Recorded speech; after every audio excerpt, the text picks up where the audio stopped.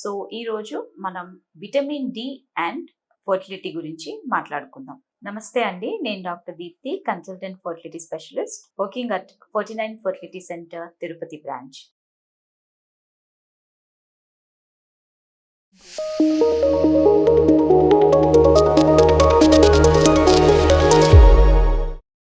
So vitamin D అనేది it's an oil soluble vitamin అండి. So దీనికి మన శరీరంలో చాలా ఇంపార్టెంట్ ఫంక్షన్స్ ఉన్నాయి.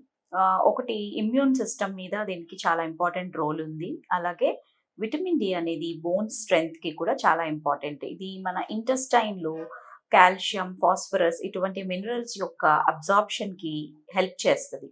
సో ఆ విధంగా బోన్ స్ట్రెంగ్త్ కి విటమిన్ డి చాలా ఇంపార్టెంట్. అలాగే రీప్రొడక్టివ్ ఫంక్షన్స్ లో కూడా విటమిన్ డి కి చాలా ఇంపార్టెంట్ రోల్ ఉంది. సో ఈ విటమిన్ డి లెవెల్స్ అనేవి నార్మల్ గా ఎంతవరకు ఉండొచ్చు అంటే 30 అబవ్ ఉండాలి. 30 to 100 అనేది నార్మల్ లెవెల్స్ అన్నమాట.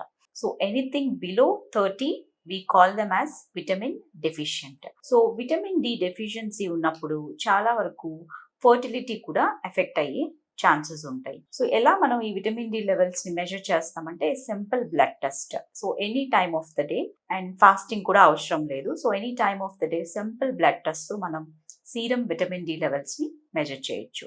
సో విటమిన్ డి ఫుడ్ లో ఎక్కడ దొరుకుతుంది, how to boost vitamin D levels in the body అంటే మోస్ట్ కామన్ గా sunlight is the richest source of vitamin D. So ఈ సన్లైట్ అనేది మన స్కిన్ లో ఎంటర్ అయినప్పుడు స్కిన్ లో ఉండే కొన్ని ఎంజైమ్స్ ద్వారా విటమిన్ డిగా కన్వర్షన్స్ జరిగి సో విటమిన్ డి అనేది బాడీలోకి అబ్జార్బ్ అవుతుంది. సో అలా కాకుండా సన్లైట్ కాకుండా ఫుడ్ లో ఎక్కడ దొరుకుతుంది అంటే యూజువలీ నాన్ వెజిటేరియన్ డైట్ లో లైక్ లివర్, ఎగ్ యోక్ లో, తర్వాత సాల్మన్ ఫిష్, సీ ఫుడ్ ఇటువంటి వాటిల్లో విటమిన్ డి హై లెవెల్స్ లో ఉంటుంది. అండ్ మష్రూమ్స్ లో ఉంటుంది. అండ్ ఈవెన్ యోగర్ట్ లో కూడా విటమిన్ డి లెవెల్స్ హైగా ఉంటుంది. So these are the foods which are commonly the richest sources of vitamin D. So vitamin D ఎక్కువగా నార్మల్ గా ప్రతి ఒక్కరికి అవసరం ఉంటుంది. బట్ ప్రెగ్నెన్సీ కోసం ట్రై చేసే వాళ్ళకి కానీ, ప్రెగ్నెంట్ విమెన్ కి అండ్ లాక్టేటింగ్ అంటే బ్రెస్ట్ ఫీడింగ్ చేసే విమెన్ కి విటమిన్ డి లెవెల్స్ అనేవి చాలా ఇంపార్టెంట్. సో డెఫిషియన్సీ వచ్చినప్పుడు ఏం జరుగుతుంది, values less than 30 nanograms per ML అలా తగ్గినప్పుడు సో యూజువల్ గా బోత్ ఫీమేల్ లో కానీ మేల్ లో కానీ ఫర్టిలిటీ ఫంక్షన్స్ ఎఫెక్ట్ అవుతాయి. ఫీమేల్ లో విటమిన్ డి అనేది ఎగ్ క్వాలిటీకి చాలా ఇంపార్టెంట్. సో ఎగ్ క్వాలిటీ అనేది తగ్గుతుంది. సో దానివల్ల ఈవెన్ ఎంబ్రియో క్వాలిటీ కూడా ఎఫెక్ట్ అవుతుంది. అండ్ ఆల్సో విటమిన్ డి అనేది రీప్రొడక్టివ్ ఫంక్షన్స్ లో హార్మోనల్ బ్యాలెన్స్ కి కూడా చాలా important. And vitamin D supplement చేసిన పేషెంట్స్ లో, especially patients who are going for IVF treatments or any assisted reproductive technique treatments, vitamin D supplement చేసి చూసిన వాళ్ళల్లో ఎక్కువగా ప్రెగ్నెన్సీ రేట్స్ అనేవి కనిపిస్తుంటాయి. అండ్ ఈవెన్ మెన్ లో కూడా విటమిన్ డికి చాలా ఇంపార్టెంట్ రోల్ ఉంది. డెఫిషియన్సీ ఉన్నప్పుడు స్పర్మ్ యొక్క కౌంట్ కానీ స్పర్మ్ యొక్క మొటిలిటీ కూడా ఎఫెక్ట్ అవుతుంది.